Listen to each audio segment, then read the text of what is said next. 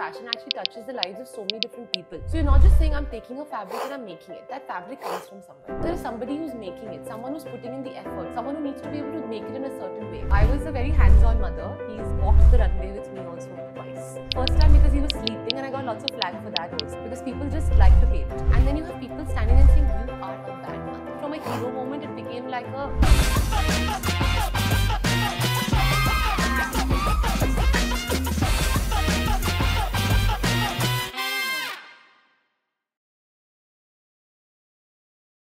Welcome to her side of the story. Today we're going to be talking with Karishma Shahani Khan. Karishma Shahani Khan doesn't just dress people, she drapes stories. As the founder of Ka-Sha, she has built a brand that honors Indian crafts, conscious creation, and community-led fashion. Her journey weaves global exposure with local roots. So in an industry driven by trends, Karishma chooses timelessness. In this conversation, we are going to explore what it means to design not just clothes, but a way of being. Karishma, welcome to her side of the story. Thank you so much. It's very kind of you. I mean, coming from you, it obviously means a lot because I've known you since I was little. And I've also always looked up to the way you are and the way you carry yourself. So thank you for having me. My pleasure, absolutely. Thank you. Tell me about the time before you were Karishma of Ka-Sha, like when you were a young girl. What was it that you dreamt about? Did you ever think you would be somewhere here? Who was the girl behind Ka-Sha? To be honest, I wanted to be a lot of things under the sun. I've had my phases of wanting to be a pilot, of wanting to be an anthropologist, of wanting to be a vet. So many, many different things. But somewhere along the way, I still have a book. My dad had kept it. Around the 4th standard, I started drawing garments of, I would see someone wearing something, I would draw it, and I would write the description of it. Bollywood played a large role at that point of time, so I would draw like costumes of people like, say, Karishma Kapoor and things like that. And I would write the description of the product. And never thought much of it. And then as time went by, I knew I wanted to do something that allowed me to use my hands and to make things. If you go back to school and ask anyone, was Karishma very creative or was I some ace art student? I never was. So it was not something that came, it was not because I was already very skilled in that area, and people always assume that to be a designer, you need to be drawing or painting, and it's none of that stuff. So I think for me, fashion really was this combination of history, of the way people behave, how you are going to make a product and take it from idea to actual. So that anthropology, in a sense. So I feel everything I wanted to do or wanted to be kind of comes together really beautifully with fashion. Again, like when it was time to actually go study, I was more open to studying design in general and seeing where that takes me. But as life has it and life has its ways, fashion was something that I studied locally in Pune. And then it just like one thing led to the other, and I'm here now. So you went to fashion school in Pune? I did. So I was actually supposed to leave to go to the UK right after my 12th standard. But my father, and who we're very attached to, he had a sudden change of heart. And he's like, I can't let my daughter go. She's really my baby. I had signed up for the BA Economics course anyways, as a backup. My dad always said you should have a backup all the time. So I signed up for that. So he's like, you already have that. So just study fashion in Pune, understand it and go after your graduation. I was pissed. I was really, really pissed. And I was like, I don't want to do this. But like, I think parents know. I mean, people know. And I think that was the best decision he actually made for me without asking me. And I ended up going after my graduation. So while I did my economics, I also studied fashion. I did a diploma at School of Fashion Technology. Okay. And that really helped me kind of get a little older to make better decisions, because to be honest, I was like, I'm going to London and I'm going to live there and I'm going to work there and have this fancy design career, and I would never look back. But I think when I went there after, I realized that India has so much to offer. And in fact, my dad was so angry because I would come back every summer vacation to India to intern. And that's when my real love with Indian craft started. In fact, that's what I was going to ask you, that, you went to the London School of Fashion, you studied there, so you had the global stage, but you came back to your local roots. Yeah. So what was it about being here, and what was it that influenced you, that made you say, no, I can't? Yeah. So first year, second year, I was still under the mindset that I'm just going to kind of be there. But I started I had friends who I was making along the way. Like even I met Wasim before I went to London, and there were conversations around, and I have my aunt my bhua, who you know very I know well. her, yeah. She was always this pioneer of Indian, saris. She would wear the most beautiful hand-woven saris with so much ease and grace and elegance. And I always looked at her and I was like, oh my God, wow. And she was a very important figure in my life. But it all came together when I started studying fashion. Because you start to realize that fashion actually touches the lives of so many different people. So you're not just saying, I'm taking a fabric and I'm making it. That fabric comes from somewhere. There is somebody who's making it, someone who's putting in the effort, someone who needs to be able to make it in a certain way. So I felt like while I was there, I started to value what India had to offer, because I realized that buying that cotton khadi in London, which sounds so like it's just so bizarre. Elitist, yeah. But we were doing that. We were buying cotton khadi in London because our course was asking us to make something, and I was gravitating towards the Indian fabrics. So I realized that, it's best if I just look more inward and come back home. And I remember there was Manish Arora. He was doing a talk in college in my second year or first year, I can't remember when exactly. And he spoke about India with so much fondness. And I went to him and I said to him, oh my God, you make me miss India. And he was like, go back. And I was like, yeah, literally, Wow. That is how it happened. And I was doing my internship time came in my second year. And I chose to come back, and I had a really good internship there with a really big designer. And I chose to come back to India to work in a production house. Everyone thought I was crazy. But that experience was so enriching. And I was working with an international brand in India, working in their production, learning how the thing is actually done, how are you actually making it. Because I can design all I want. But if I can't make the thing or make someone make what I want to make, it's irrelevant. From what I remember, when you came back from London, it was a struggle for you initially to break through. I mean, I was like, oh God, I just stayed back in London because I had such great opportunities there, and I had a job and I had like everything. And then when I decided to come, like 2010, 16 July, I graduated. And 17 July, I flew back to India. Again, Dad was like, why would you do this to yourself? You've got these opportunities. And I was like, no, but I want to do something here. Because I also had a couple of not so nice incidents, but with racism, and I had a burglary in my home. So I saw a lot of those things also. And I realized that I want to be where I am. This is home, where I am officially a first-class citizen. Where, I mean, maybe, when I say first class, I don't mean in terms of economics. Right, but I mean in terms of belonging. Where Identity. Identity. Like, I am Indian, so you can't call out to me on the street and call me something and think you're like insulting me by calling me Indian. Your aunt, your bhua, she used to run a school here. That's how we all know her. My kids, you all went to that school. I remember my kids were in the lower KG and she was teaching them Marathi. Yeah. And as parents, we were like, this is an English medium school. Why are you teaching our kids Marathi?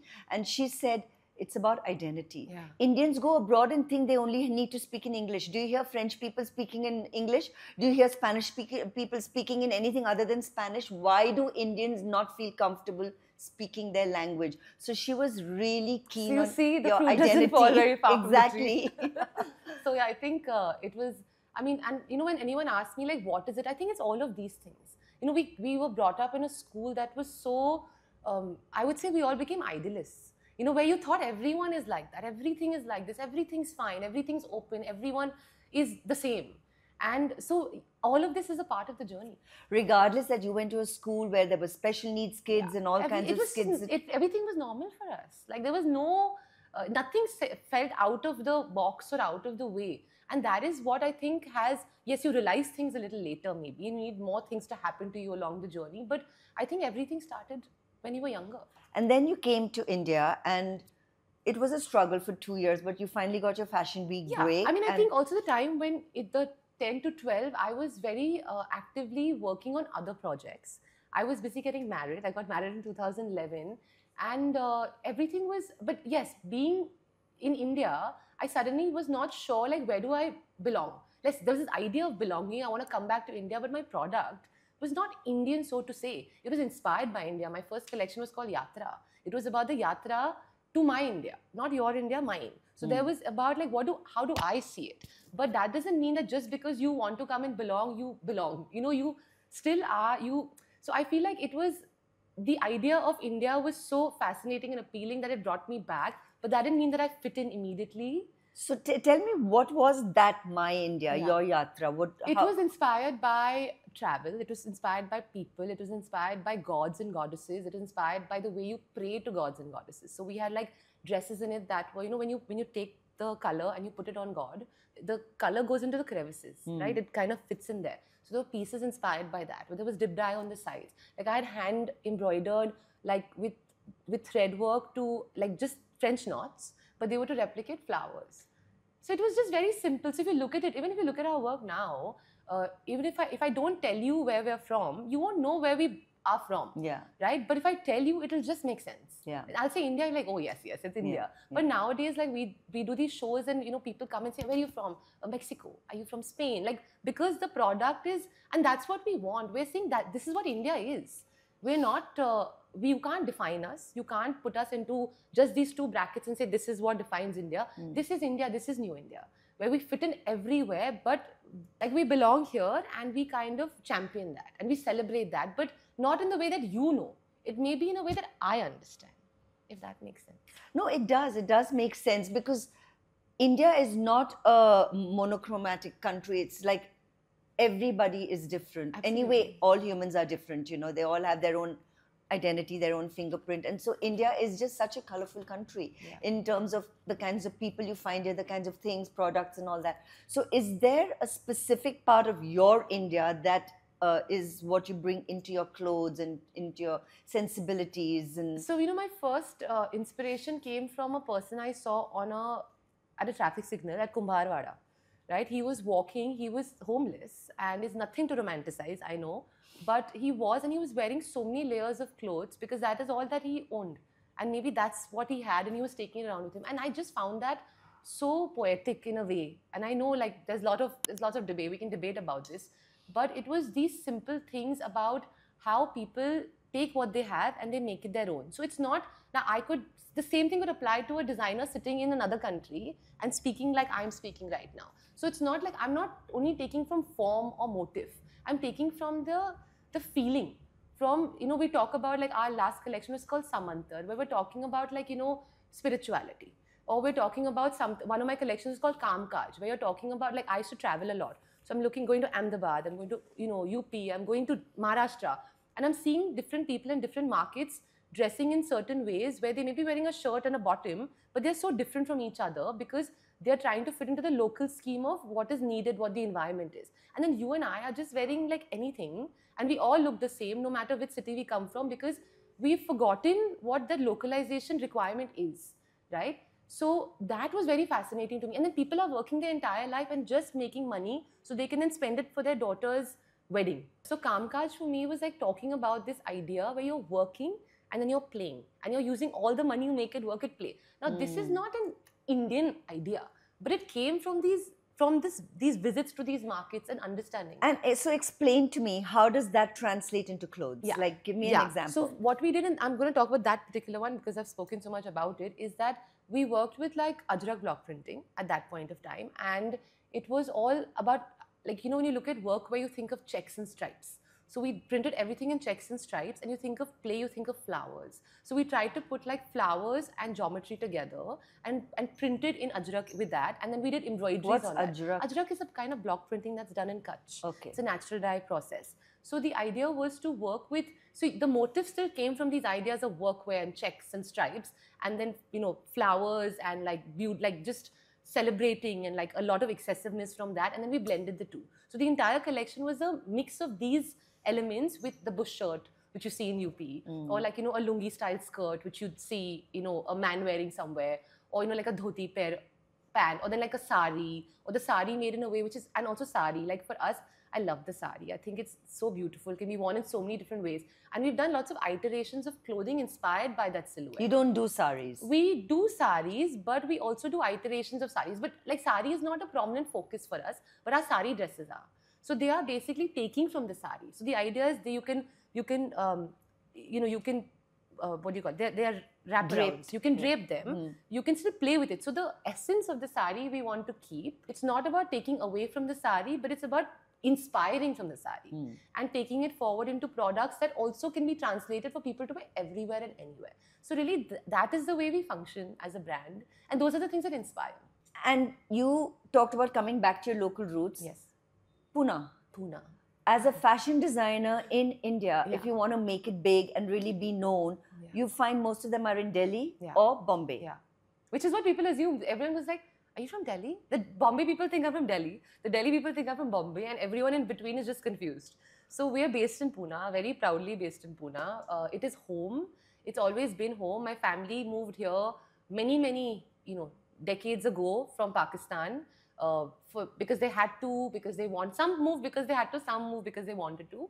And it's been someplace that everyone has built their identities. Roots. They've built their roots. Like, my great-grandfather started a bookstall, modern bookstall, and it was there for so many years.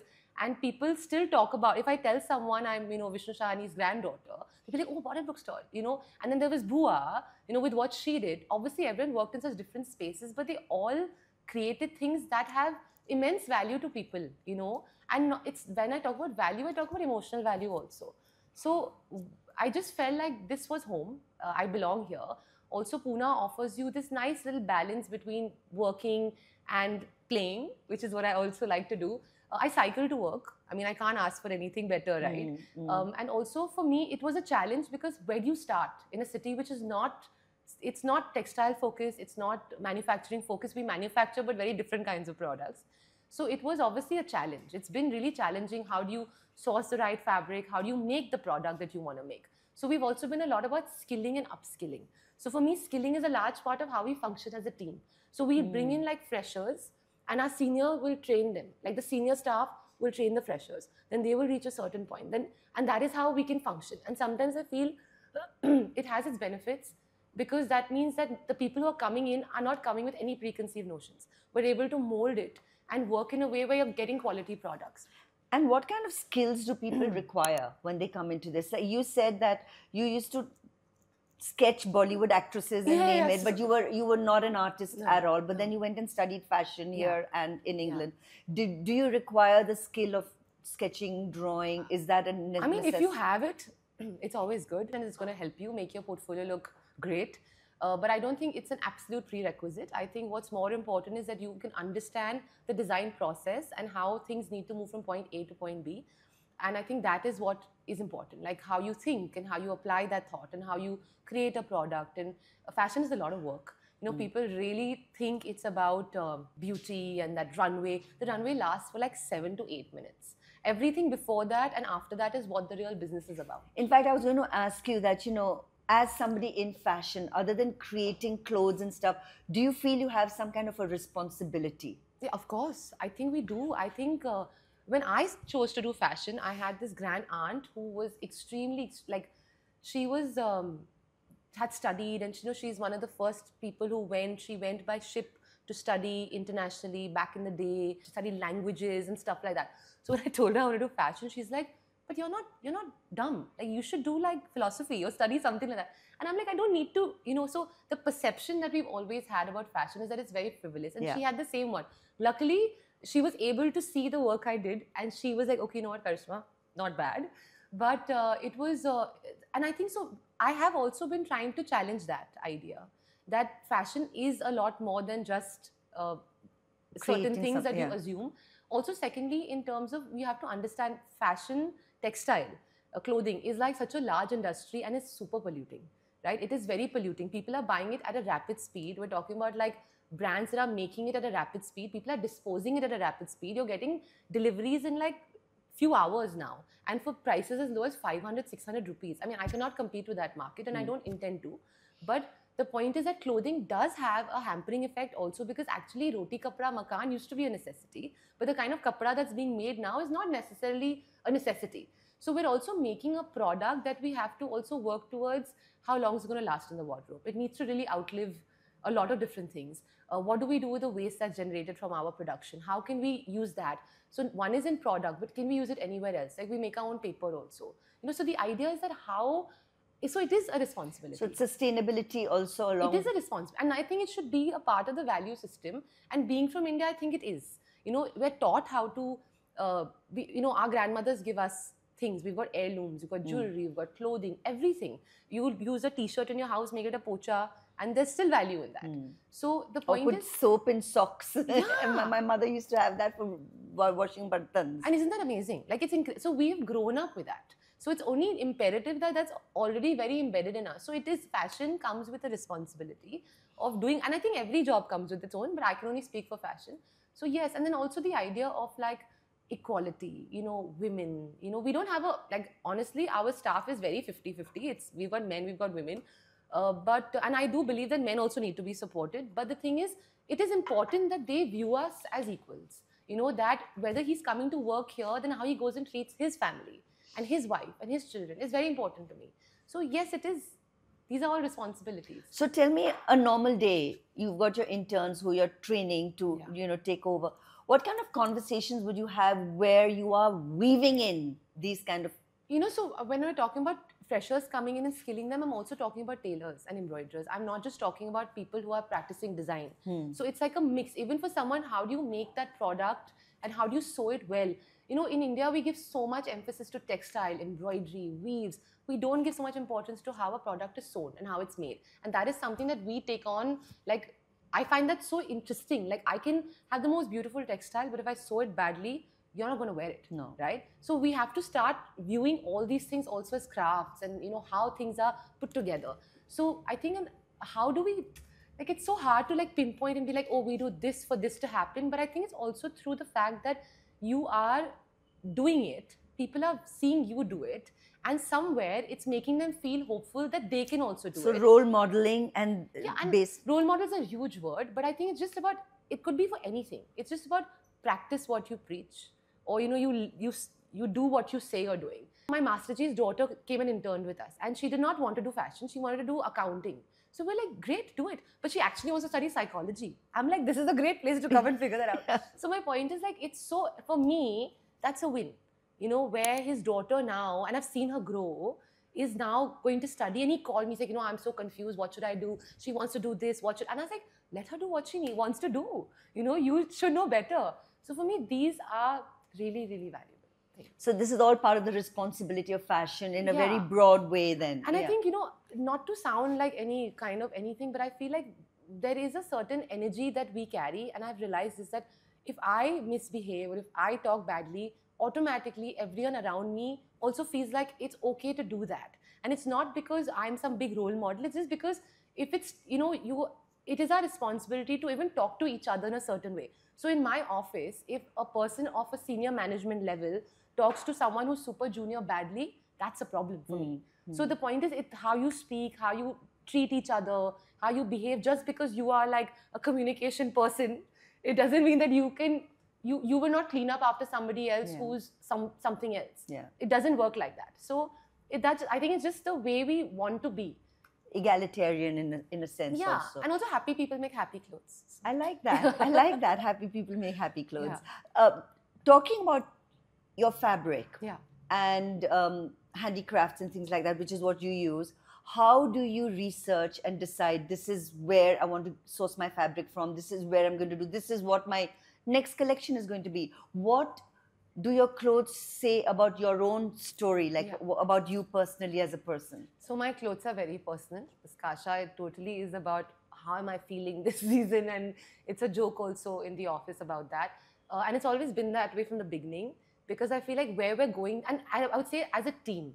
So we also try and do these kind of conversations and talk about, we try to do a book club, like we keep trying to do things in the office, because I feel like I feel very lucky that I get to travel and see things.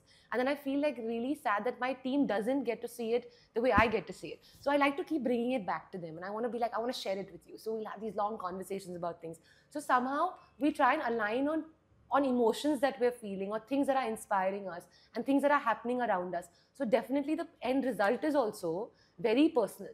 It always is. And in terms of textiles, I think when I started, I probably didn't know any better, but you think, oh, I need, the more textile I use, the more craft I use, the better it is. But then you realize that no, because you're working with a community, you're building up their hope, and then you're saying, sorry, next season. And it can't be like that. We want to truly be able to work with certain people and take them forward along with us. So that means that the same vendor I was ordering 100 meters from yesterday, I should be ordering 1,000 meters from today, right? And that is called true growth. So we try and work with very specific people that we've been working with for the last 6, 7, 8, 9 years. And we just keep, as a designer, it's my job. How do I take that material and keep giving it like a new context? How do I bring it forward in a new way? That is my job, right? So it's not about saying, okay, this season new, next season new. It's not that. It's, we may add more people, but we don't delete anymore.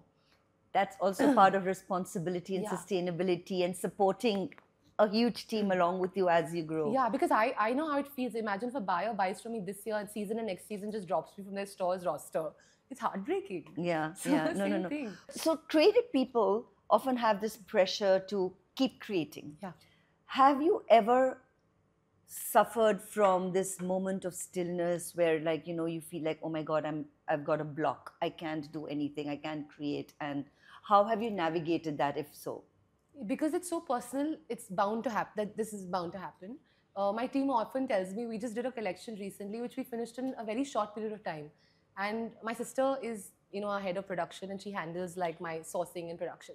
And she came and said to me, she's like, if you just gave me 3 days more, I could do better work. And I'm like, but it doesn't happen. Like it just, like for me, there'll be like 2 months of silence, like radio silence with the team. And I'll be like, okay, I'm working, I'm doing my thing, doing my thing. And then suddenly one day I'll come and be like, this is what I want to work on.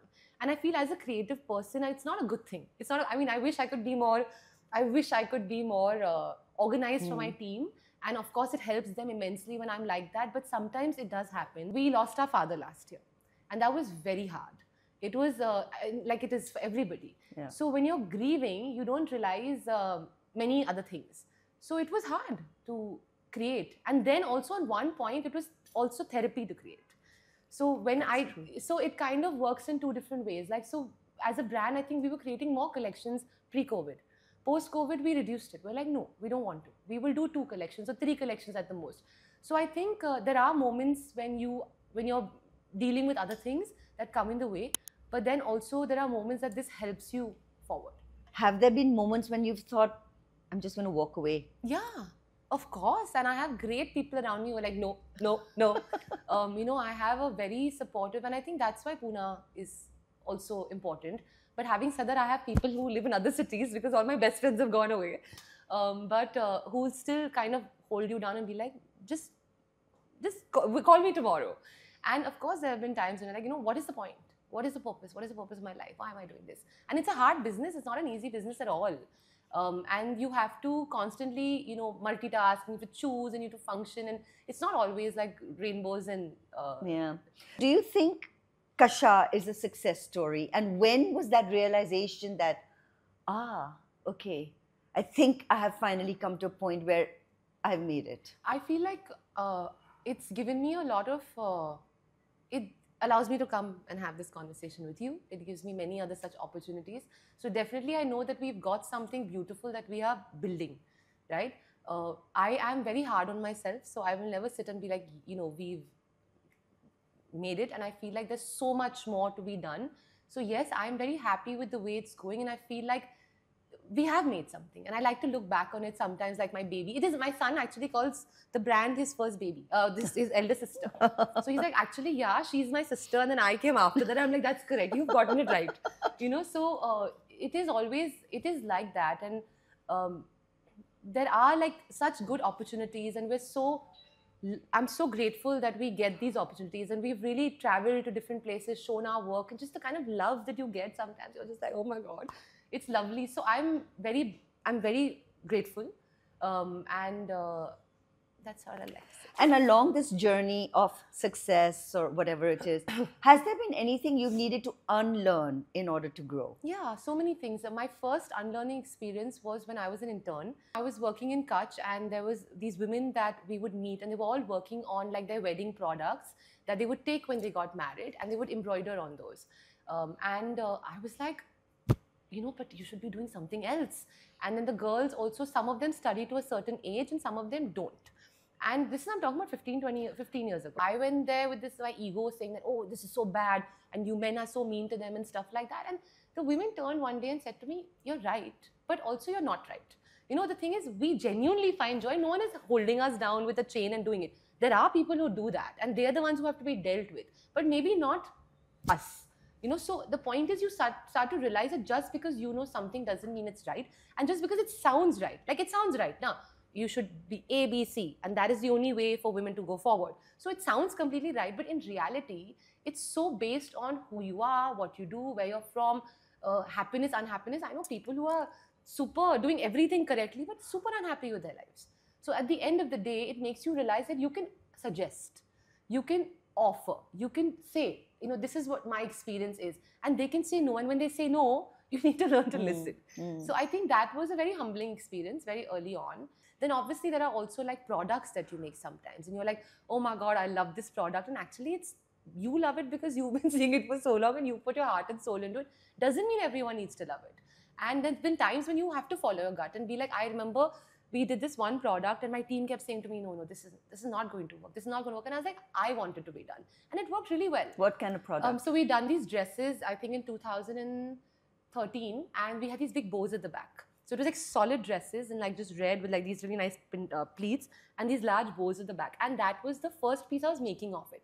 And that collection was called Khoj, which meant discovery. And, so everyone said, no, this is not going to work. And I was like, this is something I believe in, let's do it. And it worked so well for so many years. Even now we make products that people say, that collection of yours, the bows at the back, we want that. So, and then there are other products that you make and like, oh my God, I love it, I'm in love. And people are like, eh. A while back, some influencer in Bombay used your product and talked about it. How did that work for you? It's really amazing that we've had certain products where you have like a large influencer talks about it and people see it, and then people were like, oh my God, I didn't know this exists. So it's always very nice when they do those kind of like shout outs. Then This was Ori, and this was because of you. So you'd actually, you'd bought something for your daughter-in-law and someone, he saw her wearing it, and that's how he contacted us. So it was obviously like a little circle, and I think that's really how it functions most of the time. Like you don't think about it. You send a product to someone, to a client, and you never know who the client is or who sees the client wearing it. So we've had like some very interesting moments like these. Like who else? I won't take names, but recently the British, in Britain, there was a change of government. And during that ceremony, a very key person wore the product, but she's actually a client. She had bought the product from one of our retailers and she's worn the product before. But I think the context of it and the way everything happened, so it became really viral at that point also. And the beauty was a lot of people recognized it as our product. So for me, that is also a big win. I'm like, if you I remember Rishi Sunak's wife, I mentioned it to you also. Yeah. So, I mean, and the thing is, it's amazing like how, like the kind of, and it was such a difficult situation because it's a political situation which has not worked out very well for one country. And then, so what do? You watch it. You celebrate it quietly because obviously it's come into this viral moment, it's gotten the viral moment, but you have to also handle it with so much sensitivity. You have to now. Yeah. So we did not promote it, but that was it. A lot of people saw the product and so it kind of opened up the product to another audience also. And then we've had people, small bloggers wearing the product and they just styled it so beautifully that the commercial result of it is amazing. You've got like large celebrities, and you've also got large celebrities who wear the product, and then the commercial return is whatever. So it really depends from person to person. Your kind of product would go really well with people like Ranveer Singh and Hardik Pandya and all. Have they ever worn any of you? So we had some people wear it. So we've not officially launched menswear as much as we would like to. But men are wearing women's things. I know. So the thing is, men are wearing our product, but the point is like we haven't as yet, this is our shortcoming. We as a brand haven't taken the time to be like, hey, you know what? We need to send, and we have so many men shopping on our website who are wearing our product. We had this amazing performer from France who bought a skirt and a top from the women's wear section, and he's been wearing it for all his performances and it looks amazing on him. So there are a lot of men buying our product, there are a lot of people wearing it, but yes, we would love to dress Ranveer Singh, he's watching, then it would be fabulous. And Hardik Pandya, Diljit Dosanjh. So I'm going to start naming all the people that are on my team's manifestation board, and yeah, 100%. Okay, well, so talking about handling things with sensitivity, there was an issue where I think, what was that? Diet Sabya pointed out that somebody had copied one of your designs and passed it off as her own. So the thing is, this is this particular incident, I can't like pinpoint which one it was, but there are so many of these incidents. Really? You'd be surprised. We have, and not only in India, also outside. Where one of our retailers internationally actually said that for her city, she wanted to get some sort of like legal work done so that she could safeguard the product. And it happens. Our only job as designers, IP in India is very challenging. A lot of people do it. A lot of the big brands are doing it. It's not like it's impossible, but I don't have the bandwidth for it. I don't have a big legal team sitting around me. My only job is that I have to ensure that I come back next season with something else. So I have to be ahead of the game.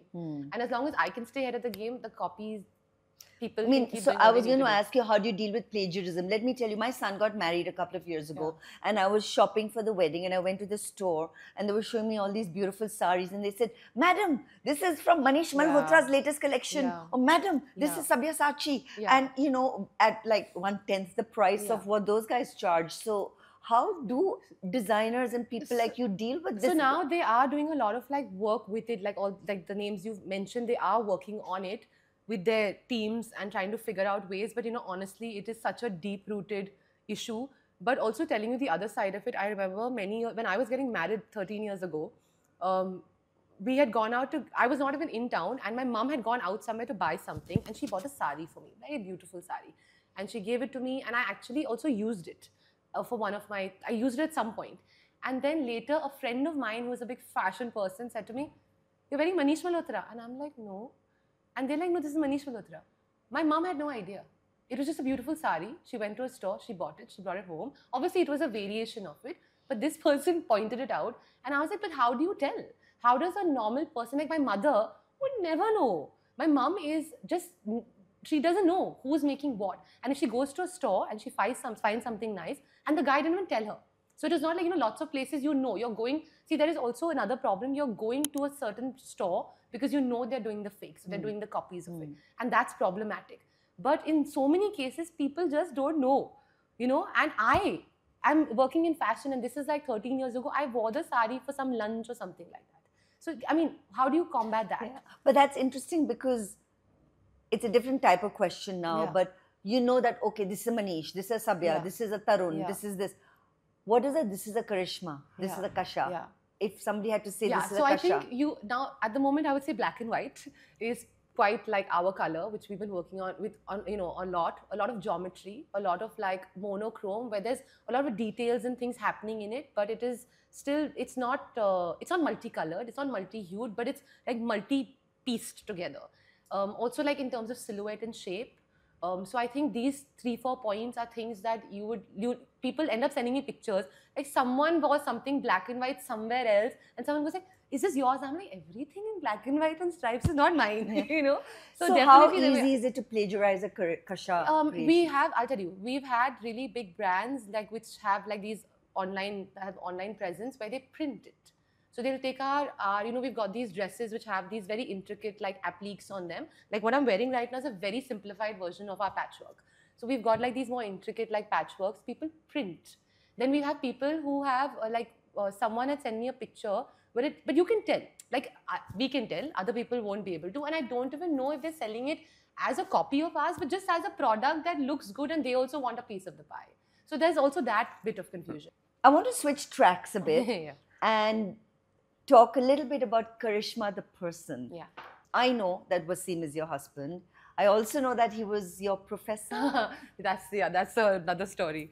He didn't actually teach me.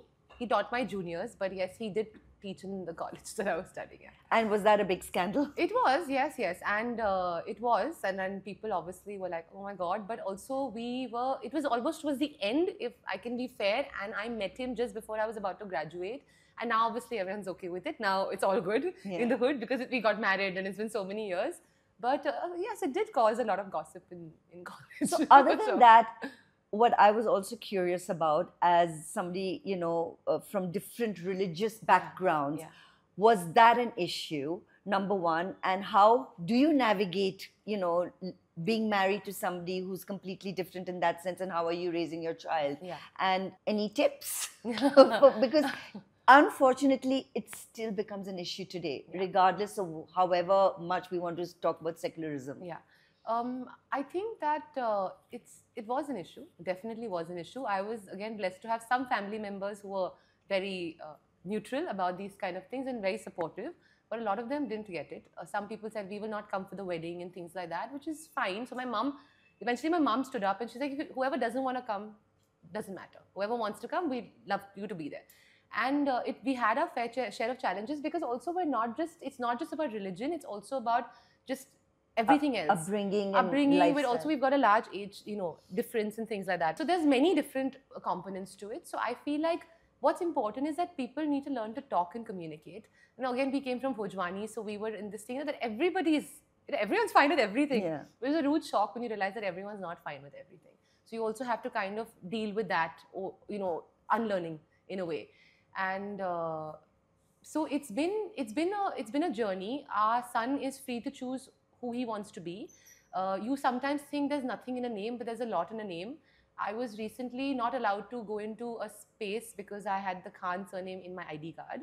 And that was, I thought I'd be angrier, but I actually wasn't that angry. I was disappointed, but I know that it was not really it was not about God, it was about the people. So I made peace with that. But yes, you're right, it is still a problem. People still have their opinions, but luckily we have surrounded ourselves with people who are just like us. When you talk about people who didn't attend your wedding, was it just from your family, or were there issues from his side of the family too? There was issues from both sides of the family, but eventually everyone came. Oh, okay. Everyone came. Even the person in my family who said he won't come, he came, and actually today I think he loves Vaseem more than he loves me. So there always happens. It happens. It really happens. I've seen it in front of my eyes. So what kind of issues did you face Yes. Initially? Yeah, I think it was also about like simple things like see the way you pray. The way there have been certain times when certain things have been moved around so that people can complete their rituals the way that they need to, which would not actually have been something I would have thought about. So there are certain instances which are tricky to work with, and there are certain conversations that happen. But I think what is important is that in your house, like everything can happen outside my house, I'm okay with it. Like when it comes into your own home where you live, that's when I think the struggle really begins. And I would just say I think communication is very important, and I think being very clear from the beginning. The clarity on who you are, what you want to be. I have other friends. I'm not the only one. I have another Hindu boy married to a Muslim girl. This is my inner circle. This is my immediate friends. So we have many of these situations, and everyone has really managed to navigate it beautifully, where there's a veg, non-veg issue, alcohol, no alcohol issue. Like there's so many issues. Backless, no backless issue. The cholis also that you wear. So I mean, there are so many things, and I think it's what at the end of the day, what it comes down to is you, your partner, your child. Because you can't change anyone else. You can just keep showing them, or giving them thoughts, but you can't change people, especially people who are very, very old. But I think as long as no one comes in my way, I will not come in their way. But you can't stop me or tell me what to do.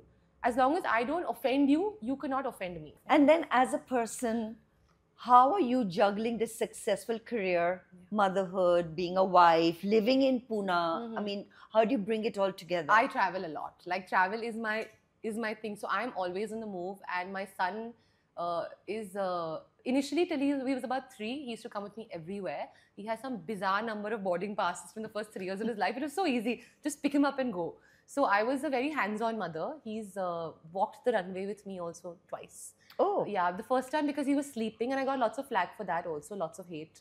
Because people just like to hate. That's what I realized then. That was another learning. I've had many learnings actually.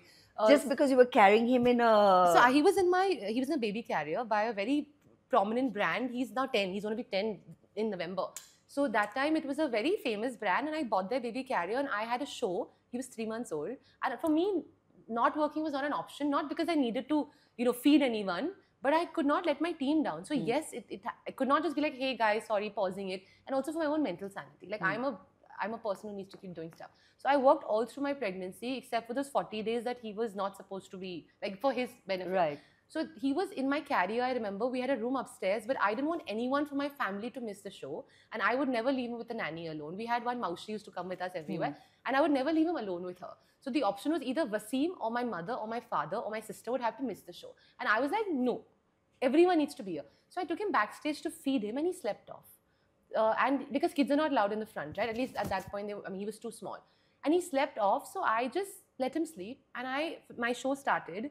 And I had to walk the runway for the last bit. So I walked onto the runway, and people first said, oh, wow, wow, wow. And then the hate came. And they were like, what an irresponsible mother. Doesn't care about her children, just cares about her career. She doesn't, look at her. Oh, the baby looks so uncomfortable. I'm like, he's sleeping. He's with his mother, the safest place. So it was very crazy. And I was very upset because I had just had a 3-month-old baby. I was obviously dealing with changes in my body and everything along with trying to work. And then you have people standing there and saying, you are a bad mother. And I was like, maybe I'm a bad mother. You know, you're just like, maybe I am. Self-doubt, yeah, right? Of course. And I'm really good at that, right? So people around me, you know, again were like, don't be silly. Like, you can't take it so personally. And there were so many messages from women who were just slamming me. You know, it became like from a hero moment, it became like a villain moment. And it was so hard, so hard. So what I did is I didn't respond to anything.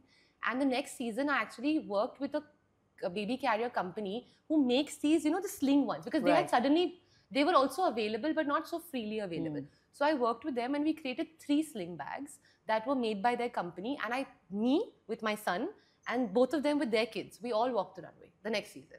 You know, so for me, that was the power of design, and that is the power of just having those platforms, you know. So it was a small silent victory. Good for you. Good for you. So tell me, you worked, you said, throughout your pregnancy. How was that experience? And then did you ever have to deal with any postpartum? I mean, I feel like as women now, we are told all the time what to do, how to behave, how to be. Then as mothers, you're told what to do, how to behave, how to be. So I think I just didn't listen to many people. And luckily for me, to be very honest, my mom and my sister, who are always with me, are super, super supportive. My mom said, just do whatever you want to do. Listen, take out. And that was great advice. So that really helped. Of course, it was like, just don't put yourself in danger and the baby in danger. So I worked all through my pregnancy. I did my show before Zayn's delivery. I was 7 months pregnant in August. And then I delivered Zayni in November. And that time, I walked the runway, this full blown like belly. And it was such a beautiful collection. I remember people were so loving about it because it was such an emotional one. It was just, the emotions came out in that collection. It's one of my personal favorites too. And then which collection? It was called Chavi.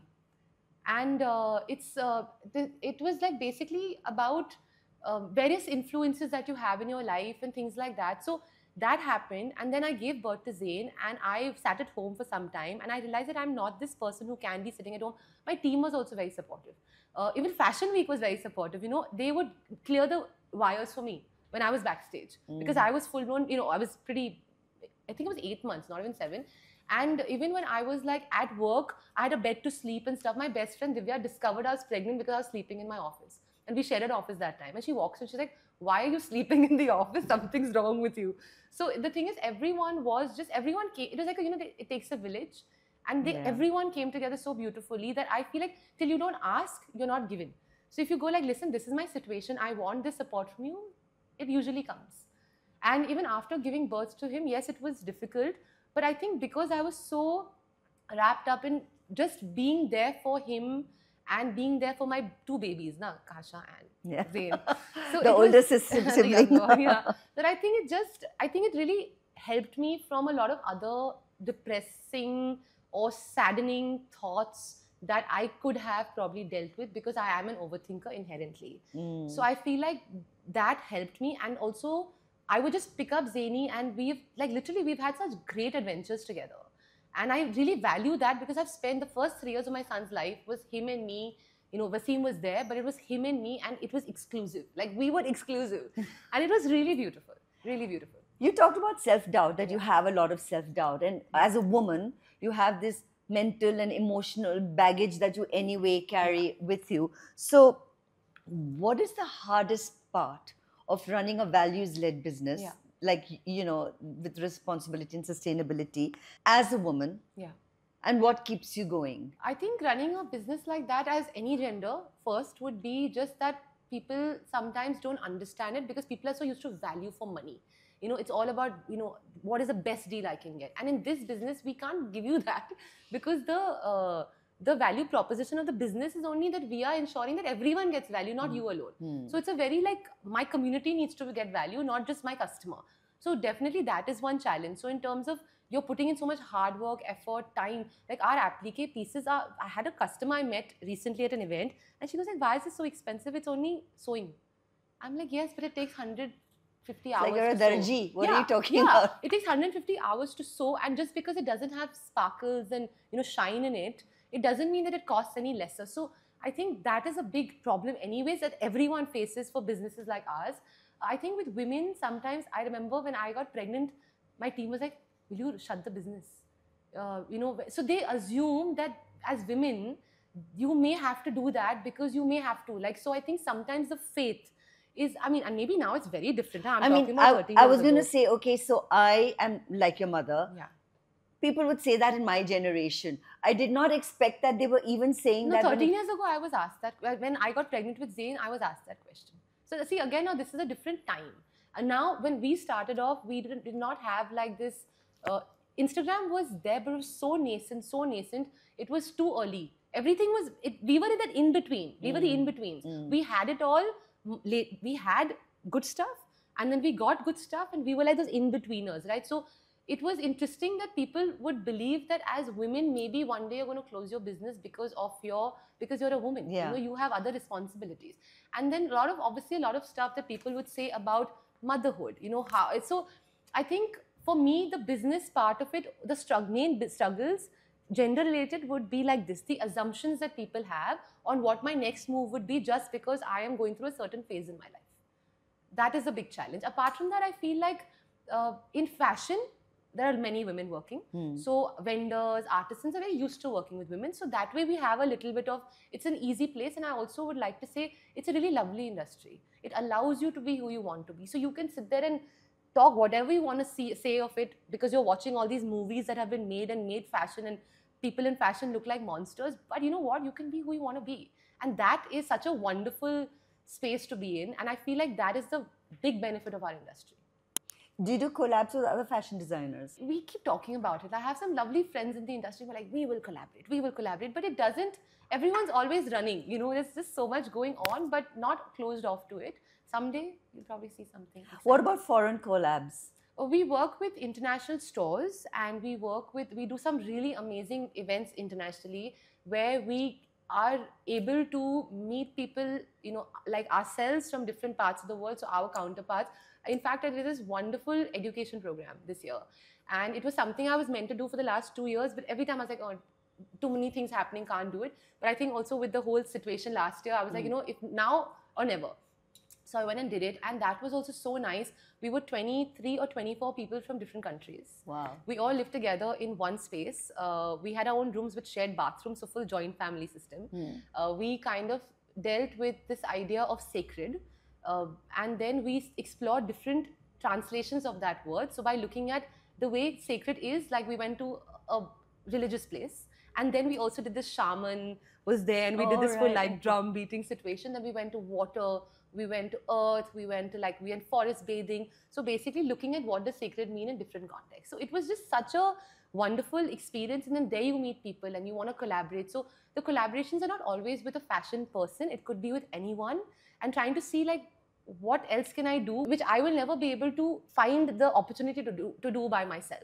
So I like to work in those spaces. Like what else can we do? Like what other areas can we touch through the skills that we have? That's beautiful. Yeah. You talked about your bua Yeah. being like a mentor to you. Her name was Madhvi Kapoor. She was a trailblazer in education, not just in Pune, but I think globally. Unfortunately, she passed away. What would she say to you today if she saw you today? In fact, so before I came to meet you, I thought about her because you guys were such good friends. And I was like, she would be rocking Ka-Sha for sure. I know she would be. And in fact, I mean, she passed away from cancer. She was rocking your turbans. Yeah, she was. So we done the turbans for her. And then we should do these jackets for her. She had all these lovely textiles, So I used to make the sleeveless jackets. She used to do these overlays with her kurtas later. So I used to make those jackets for her. But that was when I just about started. And so Zayn also met her. That was something that was very special to me. She would be quite happy. So I had the opportunity to travel with her to different countries and actually visit museums. And she would tell us about stuff. And I remember in one of the museums, I had an emotional breakdown. I started crying. It was a contemporary art museum. And she was explaining stuff to me. And it was so much. I cried. And she's like, it's okay, it's fine to cry. It's fine for it to touch you. So that is the kind of exposure that we were very lucky to have. So you talked about anthropology, so a bit of this art and history. And sure. So did you ever consider doing a degree in anthropology? I did. Of course, I have not studied anthropology, but strangely, I studied astrology. Really? Yeah, and I have actually finished my a degree in it. So did you do astrology before fashion? No, during. I did it during. I finished my degree 2 years ago. 1.5 years ago approximately. And it was very interesting because even that was all about like stories and mythology and human behavior and understanding patterns and trying to like decipher those and decipher like astronomy and decipher like how the planets are functioning, because they also have their own character. So I think eventually all of this ties in. Like for me, even say yoga, like something that I am practicing more and more now, is all entwined. Like it's all about storytelling, about self, about certain things. Like you do something here and there is going to be some ripple effect somewhere else, or something else's effect comes upon you. So do you think all these will have a ripple effect and come back into your clothes in some way? Yeah, I think they already kind of do. I think there is a lot of talk in our office also when we are talking about like spirituality, about stories, about mythology, about things. I mean, it's not, and you know, the problem is people think it's religious. I've had people also ask me, like I was studying Sanskrit also, and someone in my course asked me, but you're a Khan, why are you studying Sanskrit? I'm like, have you read the surname before that? But even if you're a Khan, why can I you know, not study absolutely. Sanskrit? You can, but the thing is like also it becomes like people are so closed off. So I get to experience that. I'd like to Yeah. now end with a rapid fire Sure. round if you're ready. Cotton or silk? Cotton. Studio mornings or late night sketching? Morning. One piece of clothing you'll never part with. I have this beautiful sari which has come from my grandmother to my mother to me, and that is beautiful. And is it cotton silk? No, it's not. It's actually Banarasi. Is it? Yeah, and it's about 50 years old. Wow. It's beautiful. Wow. Yeah. What's something very Indian that you carry with you all the time? My grandmom told me, take off your nose pin because you look like you belong to any of the countries. Yeah, so, you know, people will just target you. And I was like, no. So I feel my nose pin. One thing about the fashion world you'd quietly like to change. I think I would like to change its reputation. I think sometimes it doesn't have a very good reputation. If Ka-Sha had a soul, what kind of woman would she be? Oh, she would actually be, you know, the Ardhanareshwar is Yeah. like half Shiva Yeah. and half Shakti. I feel like that is what Ka-Sha Yeah. is. If you had a choice for a fashion week abroad, Yeah. Milan, New York, London, Tokyo, what would you pick? My top two would be like maybe something in Tokyo and something in Paris. We have one more element to our rapid fire round. We're going to show you some textiles. Challenge. It's a test. Okay, great. So, and I know you said you have self-doubts. Yeah, So let's it see. may come up. It may come up, yeah. Okay, here we go. Okay, this is houndstooth. Okay. This is, I think it's gingham, but I could be wrong, but I think this is gingham. Yeah, it is gingham. This is ikkat. See, you show me Indian stuff, I'll give you big answers. Argyle.